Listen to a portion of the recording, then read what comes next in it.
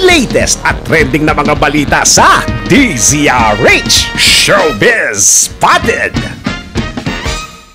Samantala sa iba pang balita, napulabog ang netizens at mundo ng showbiz matapos kumpirmahin mismo ni Catherine Bernardo at Daniel Padilla na nagwakas na ang kanilang mahigit isang dekadang pag-iibigan. Sa pamamagitan ng isang post, inihayag ng 27-year-old actress na aware siya sa mga kumakalat na haka-haka at espekulasyon tungkol sa kanilang relasyon. Bagamat mahirap, gustuhan niya ni Katrina sa kanya mismo manggaling na totoong nagdesisyon na sila ni Daniel na maghiwalay.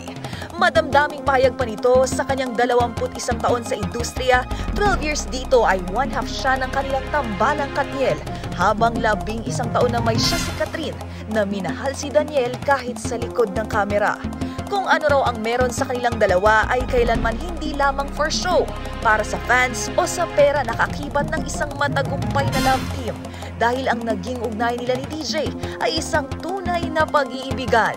Pero tulad ng maraming relasyon, sinubukan naman daw ng Katniel na ayusin ang mga gusot sa kanilang pagmamahalan, hanggang sa kinailangan na nilang tanggapin na hindi na sila magiging tulad ng dati. Sa huli, nagpaabot ito ng pasalamat kay Daniel sa 11 beautiful years na kanilang pinagsamahan at sa klase ng pag-ibig na kanya raw habang buhay na pahahalagahan. Matapos naman yan ay agad ding naglabas ng pahayag ang 28-year-old actor na si Daniel Padilla.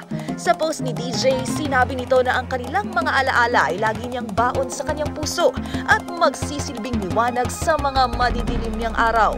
Sa huli, mensahe nito sa kanyang bal, ang pagmamahal niya raw dito ay walang hanggan at walang katapusan. Kapwa naman nagpaabot ng labis na pasalamat ang ex-celebrity couple sa kanilang dedicated fans na Katniel, na kaibigan at pamilya na raw kung kanilang ituring. Ganito rin ang mensahe ng ina ni Katrina, si Mommy Mid, para sa lahat ng mga sumusuporta sa Katniel at nangakong hindi rito magtatapos ang kanilang pagsasama. Marami naman ang nalungkot online matapos ang kumpirmasyong ito mula sa Katniel, gaya na lamang ng ilang celebrities na nagpaabot ng mahigpit na yakap sa dalawa. Habang number 1 naman sa Philippine trends ng social media platform na X ang Katniel, kung saan bumuhos ang mga reaksyon ng fans kasabay ng pag-alala nila sa makulay na pinagsamahan ng dalawa sa likod at harap ng kamera.